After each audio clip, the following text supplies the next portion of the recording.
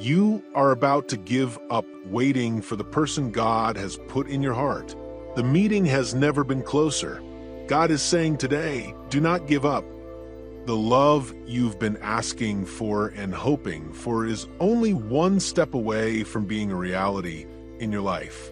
If you found this video, it's no accident that you're at that hazardous moment when everything inside you shouts at you to embrace the possibility of being alone forever, where every fiber of your being screams that maybe it's best to quit dreaming about that unique connection and settle for whatever relationship comes along, where you look at your love life and think, maybe I'm waiting for someone who will never arrive. But I have a revelation from God's heart for you. You don't see what He sees in your love destiny.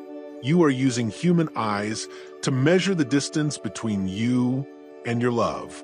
However, God operates in levels that are entirely beyond our understanding of time and connections. The love you've been calling out for isn't far away. It is not delayed. It has not been canceled. It is closer than you may believe, and the strength of your desire to abandon this person right now is confirmation of this. Most individuals are unaware of a spiritual rule that governs heavenly interactions. Resistance always builds up before confrontation. It's as if all opposing forces come together in one final, desperate attempt to keep you from experiencing the love God has planned for your life. The closer you are to your soulmate, the greater pressure you will feel to accept anything less than God's finest. Consider a dam that retains water for months. The pressure develops quietly and silently until it reaches a critical point where the structure can no longer withstand the accumulated force. And then, in a matter of seconds, all that had been kept back is suddenly released, utterly changing the environment around it. Your love life is at that very moment. Months, even years, of praying for genuine love, refusing to accept emotional breadcrumbs. Faith in God's perfect plan has produced such great spiritual pressure that it is going to break through any boundaries that were keeping your divine love from appearing. And it won't happen gradually. It will be sudden and strong, impossible to deny while resisting the urge to settle for less. Down here, there is an astonishing activity in heaven about your love life. Angels are being positioned deliberately to facilitate heavenly encounters. Circumstances are being arranged with surgical precision. So, you two cross paths just when the person God has chosen for you is being readied in ways you can't understand. It's like a gigantic jigsaw with only a few scattered pieces revealing your love adventure. But God sees the whole image of your relationship, and the last definitive parts that will reveal the overall design of divine love are being set in place right now. The Bible reveals a definite pattern of how God works during periods of love breakthrough. It does not happen when we anticipate or in the way we envisage. Rather, it occurs unexpectedly at the exact time when our natural ability to wait has been exhausted. And all that remains is to entirely trust Him with the impossible. Look at Joseph in Egypt, 13 years apart from family, away from any chance of establishing a romantic life. 13 years as a slave, then prisoner, then forgotten. If Joseph were alive today, he would have plenty of reasons to give up on love. He had every reason to believe that God had neglected not only to set him free, but also to provide him with a family. But on a normal morning, everything changed in a couple of hours. Pharaoh had a dream. Someone finally remembered Joseph in one day. Pay attention. A single day. He was released from prison, cleaned, clothed, and assigned as second in charge of all Egypt. And soon after, God provided him with enough for him and his wife, a lady who would not only adore him, but also collaborate with him, a privileged family and dynasty that would alter history. 13 years of seeming love, desertion, resulted in a few weeks of total healing and position, purpose, and most crucially, genuine love. Your condition shares the same spiritual DNA as Joseph's narrative. You're in the last stages of preparing for the unexpected outpouring of your heavenly love. When it appears that you will never find someone again, everything is falling into place behind the scenes for your encounter to take place as quickly as possible. However, you must comprehend why the enemy is so aggressively destroying your love hopes. Why are you thinking about dying alone more than ever before?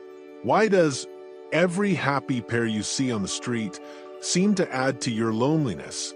It's because the powers of evil can see things in the spiritual realm that your normal sight cannot. They notice the closeness of your spiritual meeting. They envision angels arranging themselves to choreograph your romantic narrative. They see God molding this person into just what you need. That's why they're anxious to get you to stop waiting and accept any mediocre relationship before the spectacular appears. Every murmur of just accept anyone is a scream of desperation from those who realize they're going to lose the war for your love life. Every thinking that you are too choosy is a final attempt to keep you from seeing God's power, developing a friendship that will be a testament to his faithfulness. Consider Moses before the Red Sea. The individuals were stuck. Pharaoh and his army are approaching from behind the vast sea, with mountains on either side. Humanly speaking, there was no way out. It was the ideal environment for despair, terror, and deciding that they had fled Egypt just to die in the desert. Isn't that how you feel about your love life? Sometimes, trapped between social pressure to settle with anybody and a strong belief that God has something special planned for you. Between the agony of loneliness and the unwillingness to accept a relationship that does not reflect who you have become in God. But it was just in that time of apparent, absolute impossibility that God commanded, "Tell the Israelites to go forward." He did not say, "Wait a little longer." He did not say, "Maybe it is better to return to Egypt." He responded, "Advance," while not knowing how the miracle would occur. And as Moses raised his staff and took the first stride toward the impossible, the waters split. What appeared to be the conclusion of the voyage was actually the beginning of the most stunning display of heavenly might that generation had ever seen. Your romantic life may look like a Red Sea right now. You may feel stuck between the urge to settle for less and the almost impossible task of finding someone genuinely valuable. But I've got a prophetic message for you. God is going to separate your romantic sea, not in the way you expect or according to the relationship script you intended, but in such a tremendous, miraculous, and clearly divine fashion that there will be no mistake that he organized this encounter. I need to expose another pattern regarding how God operates in relationships. He constantly speeds up procedures when he decides to actualize predestined connections. What should take years to happen occurs in months. What would normally take months happens in weeks. What you expected to take weeks is resolved with a casual contact that alters everything. It's the concept of divine acceleration at work in your love life when you tally the days of loneliness in a linear fashion. God operates in dimensions where 1,000 days of patience can be rewarded with a lifetime of genuine love. Ruth was widowed. Poor conditions for a gleaning grain in the field to survive. If anybody had reason to give up on love, it was her. No human prospects, no dowry, and no powerful family. Nothing made her appealing in the marriage market at the moment. But Ruth decided to remain faithful, to labor with dignity, and to put her confidence in God even when the circumstances were dire. You will never have a family again, and it was in the field where she labored modestly that God engineered her meeting with Boaz, an upright, affluent man who saw her through God's eyes and recognized her as a lady of enormous value. Ruth was unaware that Boaz had previously noticed her character, commitment, and faith. He didn't fall in love with her looks or wealth. He fell in love with the Lady of God. She had overcome difficulty. As I tell you about Ruth and her transformation through suffering, I can't help but wonder how many selected souls are currently undergoing the same training. This loneliness gives you the sense of gleaning grain, while others appear to have magnificent romances. This is not punishment. It's time to prepare. And there is a strong link between repairing the scars that waiting has caused in your heart and being really prepared to acknowledge divine love when it comes. Waiting for real love, but as you wait for this individual, there is something important you should know about the procedure. God isn't making you wait before torturing you. He's using this time to develop the character you'll need to manage the amazing connection that's about to begin. At the same time, he is working on the other person, getting them to be precisely what you need. Think about David. He was anointed king when still a boy, yet he spent years being hunted, hiding in caves, and living as a fugitive. During this period, it seemed unlikely that he would ever have a country, let alone a blessed royal family. But it was in the caves that David learned how to lead, defend, and appreciate meaningful connections in the face of hardship. Under strain, he developed the character that would allow him to lead a nation while simultaneously being a husband and father after God's own heart. When David ascended to the throne, he was no longer merely a gifted young man with prophetic abilities. He was a tried and true guy with emotional maturity honed in the fires of hardship.